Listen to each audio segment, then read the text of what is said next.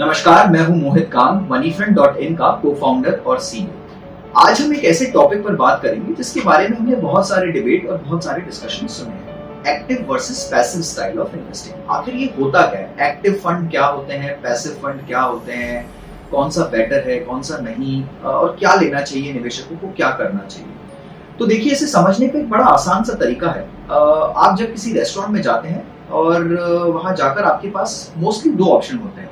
या तो आप अला कार्ट ऑर्डर कर लें, मेन्यू से अपने आप डिसाइड करिए क्या अच्छा क्या नहीं, और एक सेलेक्ट करिए अलग अलग डिशेस, सैलेड सेलेक्ट करिए, मेन कोर्स सेलेक्ट करिए, डेजर्ट सेलेक्ट करिए और अपना खुद का चॉइस बनाइए। या फिर आप जाइए और उन्हें बोलिए कि भैया आपका बुफे मेन्यू जो है, मैं वो बुफे ट्राई करूंगा, और उसमें आपको पूरा स्प्रेड मिल जाता है। तो एक तरह से अगर आप समझेंगे तो passive style is like a buffet style of investing and active style is where you select and pick things, right. तो होता क्या है, पैसिव फंड जो होते हैं वो जाकर सीधा सीधा बिना किसी सोच, बिना किसी एक्टिव इंटरेक्शन के, बिना किसी बाय सेल के जाकर एक पैसिव थीम में एक इंडेक्स को जाकर खरीद लेंगे। वो इंडेक्स निफ्टी हो सकता है, सेंसेक्स हो सकता है, लार्ज कोई दूसरा mid cap index, small cap index, bank index, कुछ भी हो सकता है अंडरलाइन में। बट वो लोग, कहने का मतलब ये कि वो अपना दिमाग नहीं लगाएंगे, जो पूरा स्प्रेड बिछा हुआ है वहां पर ऑलरेडी बना हुआ एक इंडेक्स है, तो उसको खरीद लेंगे। अब वो इंडेक्स जैसा करेगा, वो ऊपर जाएगा तो आपका फंड ऊपर जाएगा, वो नीचे जाएगा तो आपका फंड नीचे जाएगा। पैसिव में किसी भी इंडिविजुअल इंसान का या किसी फंड मैनेजर का कोई दिमाग नहीं लगता है, उसमें किसी इंटेलिजेंस की जरूरत नहीं होती है।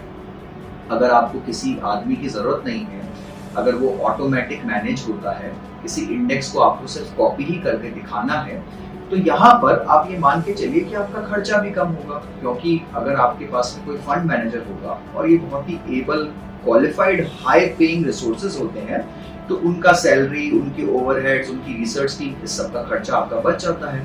यहाँ पर पैसिव फंड चलाने वाले को ये सब पे पैसा खर्च नहीं करना पड़ता। उसको सिर्फ एक कंप्यूटर पे एल्गोरिथम सेट करना है, जिस प्रपोर्शन में इंडेक्स चल रहा है उसी प्रपोर्शन में आपका फंड चल रहा है। तो ये सबसे सस्ते फंड्स होते हैं, लो कॉस्ट होते हैं, इनमें कॉस्ट इतना नहीं होता है। जब कोई चीज सस्ती होगी या लो कॉस्ट होगी, जहां पर आपका कॉस्ट में खर्चा नहीं जाएगा, तो आप ये मानकर चलिए कि उसका रिटर्न आपको ज्यादा आएगा। वो आपको क्योंकि जब आप एक्टिव फंड खरीदते हैं तो आपको एक फंड मैनेजर की फी देनी पड़ती है, या फंड एडमिनिस्ट्रेशन या मैनेजमेंट फी देनी पड़ती है, जो कि 1% से 1.5% कुछ भी हो सकती है, राइट। तो यहाँ पर आपका ये खर्चा बच जाता है। पैसिव की बुराई क्या है? पैसिव की बुराई ये है कि पैसिव में जो मिल रहा है आपको वो लेना है, आपके पास में चॉइस नहीं है। अगर आप चाहते हैं कि आप सेलेक्ट करें, थीम पिक करें, आप चाहते हैं कि भाई मुझे थोड़ा सा लार्ज चाहिए, थोड़ा सा मिड कैप चाहिए, थोड़ा सा वैल्यू स्टाइल चाहिए, थोड़ा सा ग्रोथ स्टाइल चाहिए, या मुझे इस फंड मैनेजर का या फिर इस थीम का कुछ स्टॉक चाहिए, तो वो आपको पैसिव में नहीं मिल सकता है, बड़ी मुश्किल से मिलता है। आपको अगर ऐसा सब कुछ चाहिए तो आपको एक्टिव स्टाइल में जाना पड़ेगा। दूसरी बात, इतने सारे स्टॉक्स हैं, अगर आप सबका पूरा बास्केट खरीद लेंगे, पूरा की पूरा इंडेक्स खरीद लेंगे, तो बहुत बार ये होता है कि आप जिस लक्ष्य के साथ, या आपका जो एक ऑब्जेक्टिव होता है कि भाई मुझे इंडेक्स को बीट करना है, मुझे अपने रिटर्न्स लोगों से ज्यादा अच्छे आने चाहिए, सेंसेक्स अगर 10%, 12% रिटर्न दे रहा है तो मेरा रिटर्न 15% आना चाहिए, तो वो पैसिव में नहीं हो सकता। उसके लिए आपको कोई ऐसे एक्टिव फंड मैनेजर का चुनाव करना पड़ेगा जो कि इंटेलिजेंटली इन और आउट कर सके, स्टॉक्स में, सेक्टर्स में मूवमेंट कर सके, जिससे कि पता हो कि कौन सा सेक्टर अब अच्छा चलेगा, क्विकली निकल के क्विकली दूसरे सेक्टर में मूव करना, ये सब एक्टिव में हो सकता है। तो देखा गया है कि जहां मिड स्मॉल कैप स्टॉक्स आते हैं, जहां पर कि यूनिवर्स थोड़ा बड़ा हो जाता है और वहां पर आपकी सिलेक्शन एबिलिटी बहुत काम करती है, बिकॉज आपको पता नहीं होता है छोटी कंपनियां क्या कर रही हैं, कैसी बैलेंस शीट है, किस तरह से मैनेजमेंट उसका बिहेव कर रहा है,